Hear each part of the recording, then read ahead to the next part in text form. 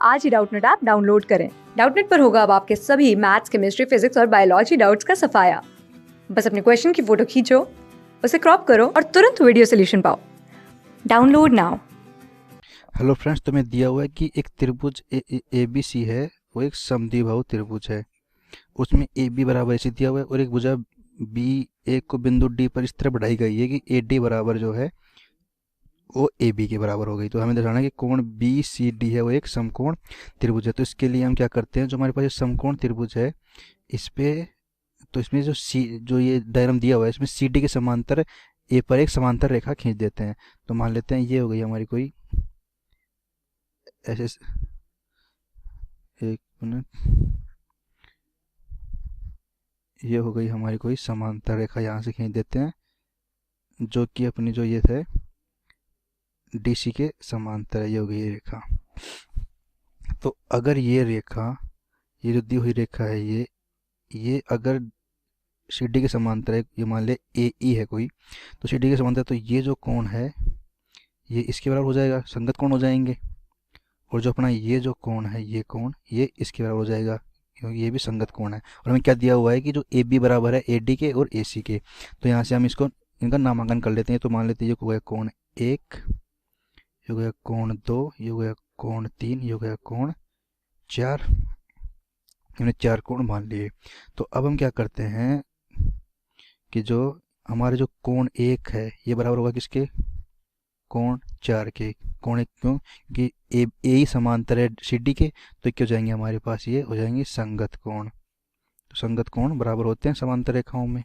और एक जो कोण जो दो है ये बराबर हो जाएगा किसके, कोण तीन के। क्यों जाएगा, क्योंकि ये दोनों क्या है, एकांतर कोण, ये हुए एकांतर कोण। अब हम देखते हैं कि जो हमारा त्रिभुज का है, त्रिभुज ए सी डी में, ए सी डी में क्या है, जो हमारा ए डी है बराबर हो जाएगा ए सी के। तो अगर ए डी बराबर ए सी, क्यों, क्योंकि ए बी बराबर ए सी के और ए बी बराबर ए डी के, तो ए डी बराबर ए सी हो जाएगा। अगर ए डी बराबर ए सी है तो इसके सामने के कोण भी बराबर होंगे। तो ए डी के सामने कोण क्या है, कोण तीन बराबर हो गया कोण चार। तो हम यहाँ इसको मान लेते हैं समीकरण नंबर एक, इसको मान लेते हैं दो और इसको मान लेते हैं तीन।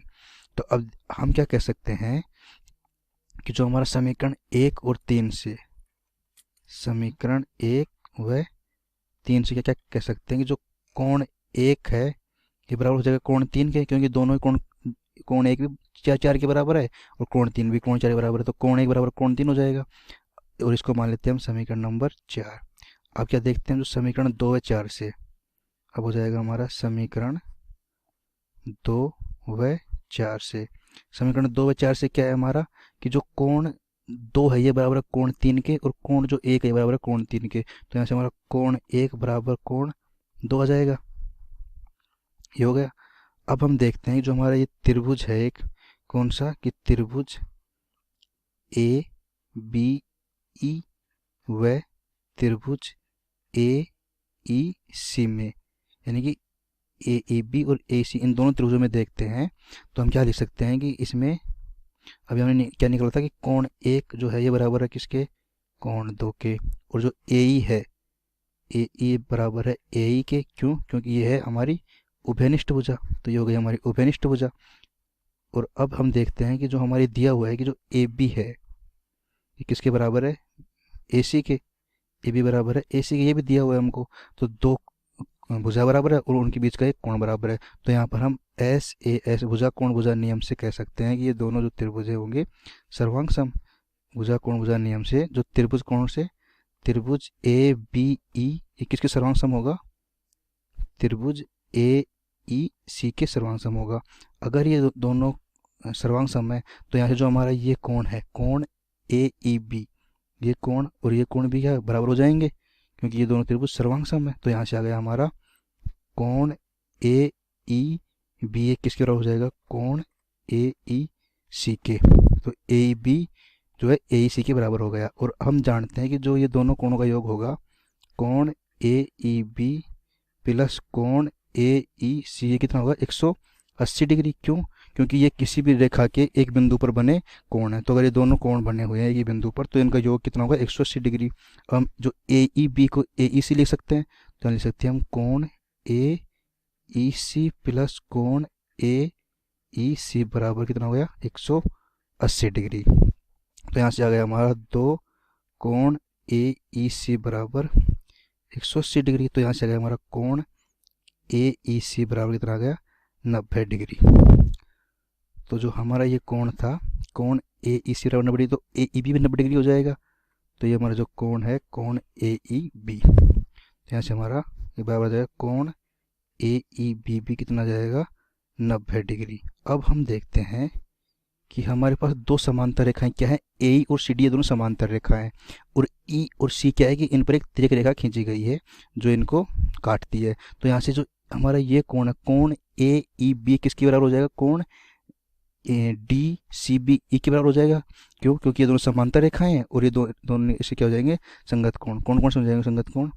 ये तो जो ये कोण है हमारा ये इस पूरे कोण के बराबर हो जाएगा। क्यों? क्योंकि ये दोनों समांतर रेखाएं हैं और इनके बीच में ये एक तिर्यक रेखा है जो इनको काट रही है, तो ये दोनों संगत कोण हो जाएंगे। तो अब हम यहाँ से लिख सकते हैं क्योंकि हमारी जो रेखाएं है ए ई ये समांतर किसके है, सी डी के। तो यहाँ से हमारा जो कोण है ए ई बी ये किसके बराबर हो जाएगा, कोण डी सी ई के। तो ये हो जाएगा हमारा कोण डी सी ई के। और जो ए ई बी कितना आया था 90 डिग्री, तो ये हमारा आ जाएगा कोण डी सी ई कितना आ गया हमारे पास, ये आ गया 90 डिग्री। अब चाहिए हम इसको कोण डी, इसको हम चाहिए कोण ये डी ई बोले या फिर बी सी डी बोले, ये तो एक ही कोण है तो इसको कुछ भी बोल सकते हैं। तो हम यहाँ से बोल देंगे कोण जो ये है बी सी डी था, ये कोण जहाँ पर जो हमारे कोण है बी सी और डी, तो कोण जो बी सी डी है ये किसके बराबर आ जाएगा, हमारे कोण डी सी ई, क्योंकि एक ही कोण है ये तो कितना हो गया 90 डिग्री। तो जो हमें सिद्ध करना था वो यहाँ से आ गया। क्या सिद्ध करना था हमें कि कोण बी सी डी है ये 90 डिग्री होगा, यही हमको सिद्ध करना था। तो ये आ गया हमारा इसका आंसर कि कोण जो ये हमारा बी सी डी ये हो गया 90 डिग्री। क्लास 6 से 12 से लेके नीट IIT JEE मेंस और एडवांस के लेवल तक 10 मिलियन से ज़्यादा स्टूडेंट्स का भरोसा। आज ही डाउनलोड करें डाउटनेट ऐप या व्हाट्सएप कीजिए अपने डाउट्स 8400 400 400 पर।